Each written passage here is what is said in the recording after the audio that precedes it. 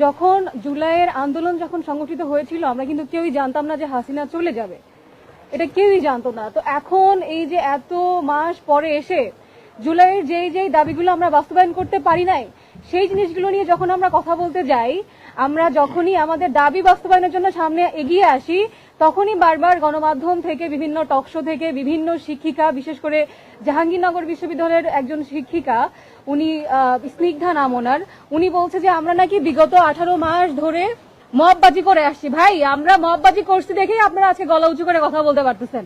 লীগের গডফাদারদের আমলে আপনারা নিয়োগকৃত, আপনারা কি করছেন প্রত্যেকটা পাবলিক ইউনিভার্সিটিতে, আমরা কি সেগুলো জানি না? আমাদেরকে কেন রাত 12টার পরে ছাত্রলীগের মেয়েদেরকে বের করে দেওয়া হলো? কেন তার পরবর্তীতে সমস্ত ছেলেদের হল থেকে ছাত্রলীগের অন্যান্য ছেলেদেরকে বের করে দেওয়া হলো? কেন বের করা হলো? এই প্রশ্ন আপনারা কখনো করেছেন? আপনারা বলছেন আমরা মববাজি করতেছি।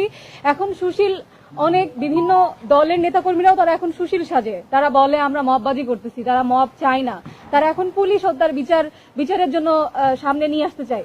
সেখানে মাননীয় স্বরাষ্ট্রমন্ত্রী তিনি একটা কথা বলছেন যে যদি পুলিশ হত্যার বা অন্যান্য ইয়ার কারণে যদি এখন মামলা দায়ের করা যায়, তাহলে রাজাকারদের হত্যা করার জন্য তো মুক্তিযোদ্ধাদের বিচার হওয়া উচিত, তাই না?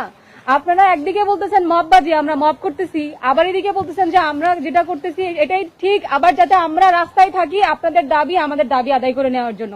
এত দ্বিচারিতা কেন আপনাদের কাছে?